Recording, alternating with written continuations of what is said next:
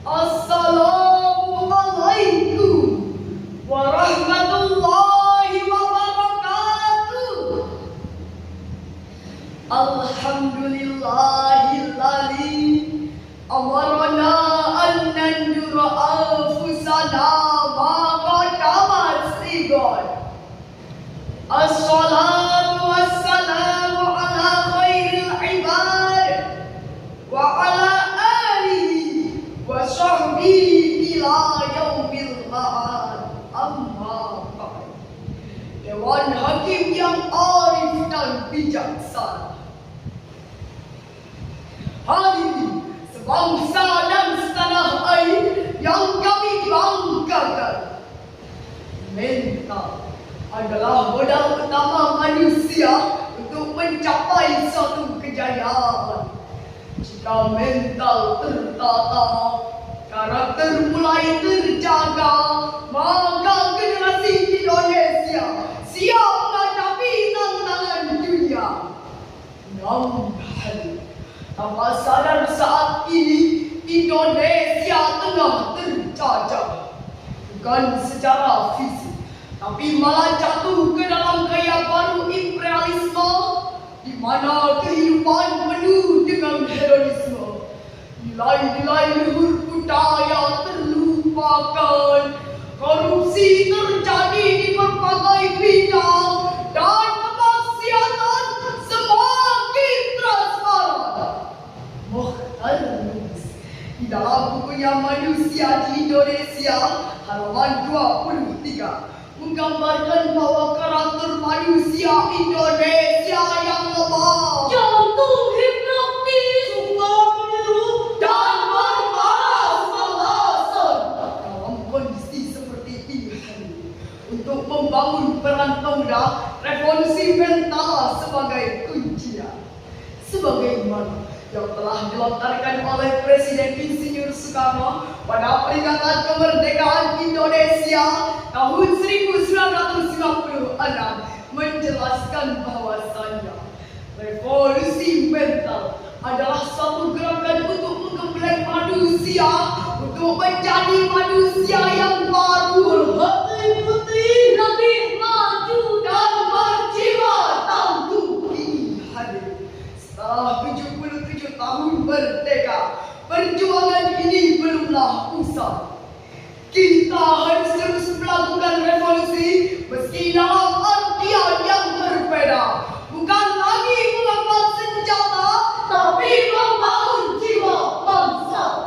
Oleh karena itu, dalam kesempatan yang baik ini, izinkan kami menyampaikan sebuah syarahan Al-Quran dengan judul karakter pemuda dalam membangun revolusi mental bangsa, dengan berlandaskan Al-Quran dalam surah Al-Anfal ayat 53 sebagai berikut.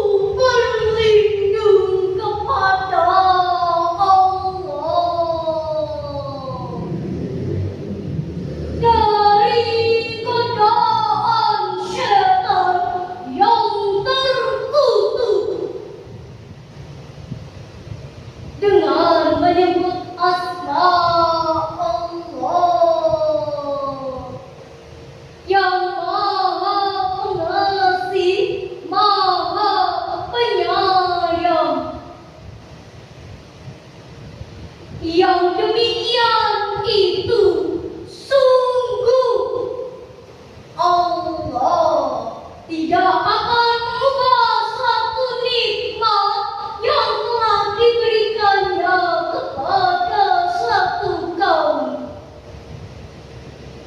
hingga kaum itu mengubah apa yang ada pada diri mereka sendiri.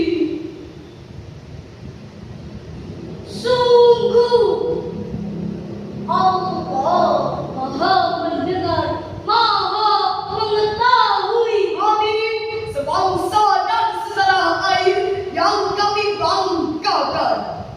Di dalam kitab tafsir Ibnu Katsir jilid 4 halaman 65 menjelaskan bahwasannya Allah Subhanahu wa taala tidak akan mengubah suatu nikmat yang telah diberikannya kepada suatu kaum, melainkan karena dosa yang telah dilakukannya.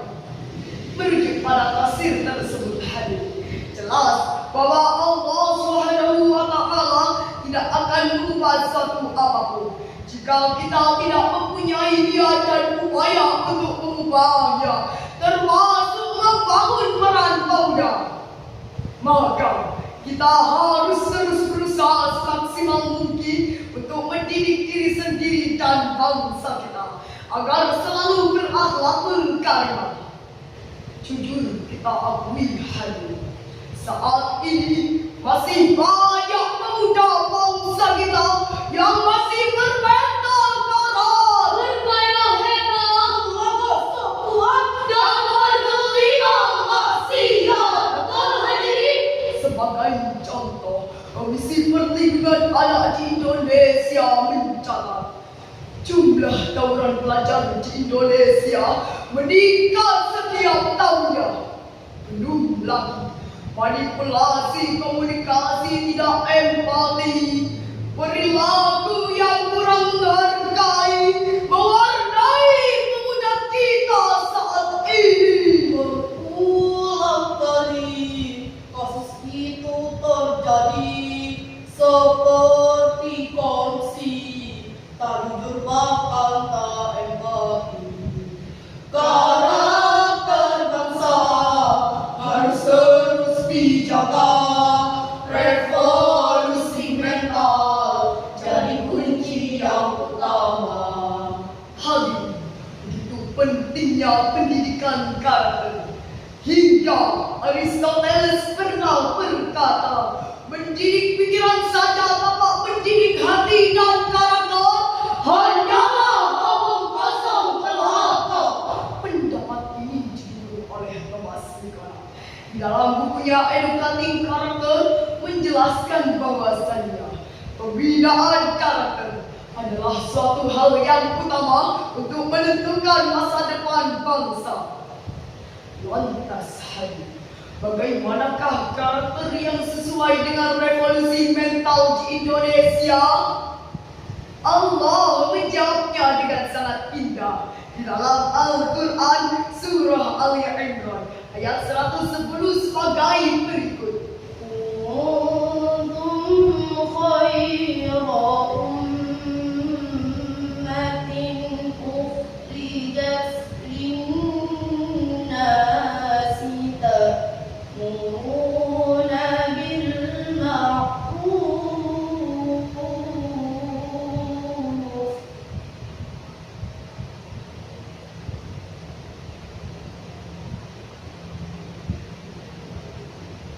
ta'muruna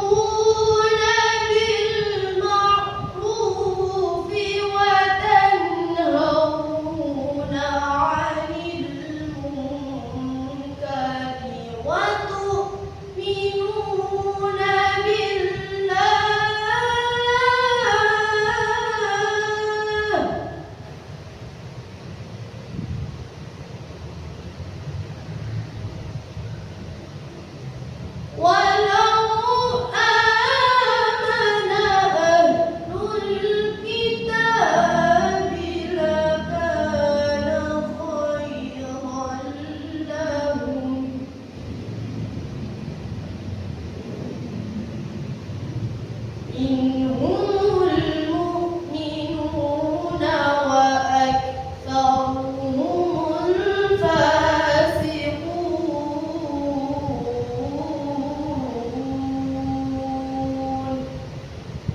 Shadaqallahul azim. Kamu umat Islam adalah umat terbaik yang dilahirkan untuk manusia, yang menyuruh berbuat yang ma'ruf, mencegah dari yang mungkar, dan beriman kepada Allah. Sekiranya ahli kitab beriman, maka itu lebih baik bagi mereka.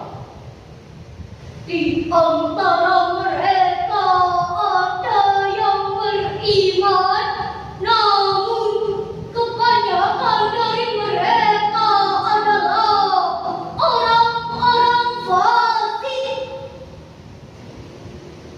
Maha benar Allah dengan segala firman-Nya, dan Dialah yang Maha Agung. Hadirin sebangsa dan setanah air yang kami banggakan, Muhammad Ali As-Sabri dalam kitab tafsirnya Safatul Tafasir jilid 1 menjelaskan bahwasannya kita umat Nabi Muhammad Sallallahu Alaihi Wasallam adalah umat terbaik yang dilahirkan untuk manusia, yang menyuruh berbuat yang ma'ruf dan mencegah dari yang mungkar. Merujuk pada tafsir tersebut hari ini, jelas bahwa bangsa kita harus intensif dan tegas dalam menolak kemaksiatan dan kembali menuju kebaikan.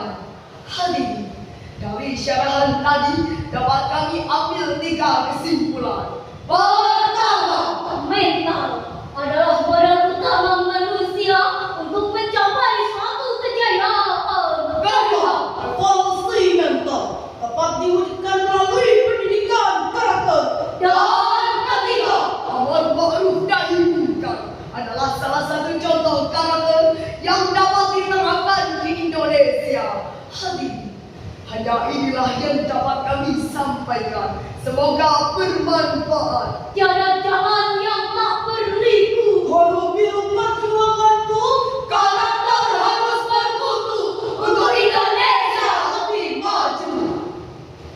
Bangsa ini butuh orang yang hebat, orang yang kuat dan juga taat, berlandaskan iman dan juga takwa, berhati mulia, itu kuncinya.